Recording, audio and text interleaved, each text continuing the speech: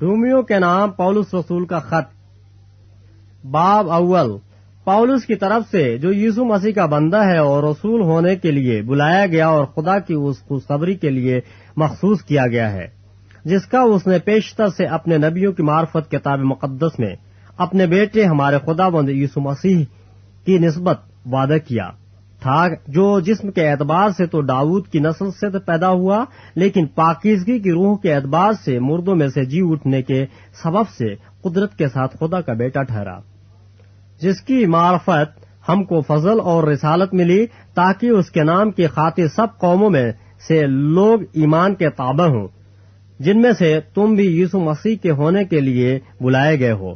ان سب کے نام جو روما میں خدا کے پیارے ہیں اور مقدس ہونے کے لیے بلائے گئے ہیں، ہمارے باپ خدا اور خداوند یسوع مسیح کی طرف سے تمہیں فضل اور اطمینان حاصل ہوتا رہے۔ اول تو میں تم سب کے بارے میں یسوع مسیح کے وسیلے سے اپنے خدا کا شکر کرتا ہوں کہ تمہارے ایمان کا تمام دنیا میں شہرہ ہو رہا ہے۔ چنانچہ خدا جس کی عبادت میں اپنی روح سے اس کے بیٹے کی خوشخبری دینے میں کرتا ہوں، وہی میرا گواہ ہے کہ میں بلا ناغہ تمہیں یاد کرتا ہوں اور اپنی دعاؤں میں ہمیشہ یہ درخواست کرتا ہوں کہ اب آخر کار خدا کی مرضی سے مجھے تمہارے پاس آنے میں کسی طرح کامیابی ہو، کیونکہ میں تمہاری ملاقات کا مشتاق ہوں تاکہ تم کو کوئی روحانی نعمت دوں جس سے تم مضبوط ہو جاؤ۔ غرض میں بھی تمہارے درمیان ہو کر تمہارے ساتھ اس ایمان کے باعث تسلی پاؤں جو تم میں اور مجھ میں دونوں میں ہے۔ اور اے بھائیو، میں اس سے تمہارا ناواقف رہنا نہیں چاہتا کہ میں نے بارہا تمہارے پاس آنے کا ارادہ کیا تاکہ جیسا مجھے اور غیر قوموں میں پھل ملا ویسا ہی تم میں بھی ملے، مگر آج تک رکا رہا۔ میں یونانیوں اور غیر یونانیوں، داناؤں اور نادانوں کا قرضدار ہوں، بس میں تم کو بھی جو روما میں ہو خوشخبری سنانے کو حتی مقدور تیار ہوں، کیونکہ میں انجیل سے شرماتا نہیں، اس لیے کہ وہ ہر ایک ایمان لانے والے کے واسطے پہلے یہودی پھر یونانی کے واسطے نجات کے لیے خدا کی قدرت ہے، اس واسطے کہ اس میں خدا کی راست بازی ایمان سے اور ایمان کے لیے ظاہر ہوتی ہے، جیسا لکھا ہے کہ راست باز ایمان سے جیتا رہے گا، کیونکہ خدا کا غضب ان آدمیوں کی تمام بے دینی اور ناراستی پر آسمان سے ظاہر ہوتا ہے جو حق کو ناراستی سے دبائے رکھتے ہیں، کیونکہ جو کچھ خدا کی نسبت معلوم ہو سکتا ہے وہ ان کے باطن میں ظاہر ہے، اس لیے خدا نے اس کو ان پر ظاہر کر دیا، کیونکہ اس کی اندیکھی صفتیں یعنی اس کی ازلی قدرت اور الوہیت دنیا کی پیدائش کے وقت سے بنائی ہوئی چیزوں کے ذریعے سے معلوم ہو کر صاف نظر آتی ہے، یہاں تک کہ ان کو کچھ عذر باقی نہیں، اس لیے کہ اگرچہ انہوں نے خدا کو جان تو لیا مگر اس کی خدائی کے لائق اس کی تمجید اور شکر گزاری نہ کی، بلکہ باطل خیالات میں پڑ گئے اور ان کے بے سمجھ دلوں پر اندھیرا چھا گیا، وہ اپنے آپ کو دانا جتا کر بے وقوف بن گئے اور غیر فانی خدا کے جلال کو فانی انسان اور پرندوں اور چوپایوں اور کیڑے مکوڑوں کی صورت میں بدل ڈالا۔ اس واسطے خدا نے ان کے دلوں کی خواہشوں کے مطابق انہیں ناپاکی میں چھوڑ دیا کہ ان کے بدن آپس میں بے حرمت کیے جائیں، اس لیے کہ انہوں نے خدا کی سچائی کو بدل کر جھوٹ بنا ڈالا اور مخلوقات کی زیادہ پرستش اور عبادت کی بنسبت اس خالق کے جو ابد تک محمود ہے۔ آمین۔ اس سبب سے خدا نے ان کو گندی شہوتوں میں چھوڑ دیا، یہاں تک کہ ان کی عورتوں نے اپنے طبعی کام کو خلاف طبع کام سے بدل ڈالا۔ اسی طرح مرد بھی عورتوں سے طبعی کام چھوڑ کر آپس کی شہوت سے مست ہو گئے، یعنی مردوں نے مردوں کے ساتھ روسیائی کے کام کر کے اپنے آپ میں اپنی گمراہی کے لائق بدلہ پایا، اور جس طرح انہوں نے خدا کو پہچاننا ناپسند کیا اسی طرح خدا نے بھی ان کو ناپسندیدہ عقل کے حوالے کر دیا کہ نالائق حرکتیں کریں، بس وہ ہر طرح کی ناراستی، بدی، لالچ اور بدخواہی سے بھر گئے اور حسد، خریزی، جھگڑے، مکاری اور بغض سے معمور ہو گئے، اور غیبت کرنے والے، بدگو، خدا کی نظر میں نفرتی، اوروں کو بے عزت کرنے والے، مغرور، سیخی باز، بدیوں کے بانی، ماں باپ کے نافرمان، بیوقوف، عہد شکن، طبعی، محبت سے خالی اور بے رحم ہو گئے۔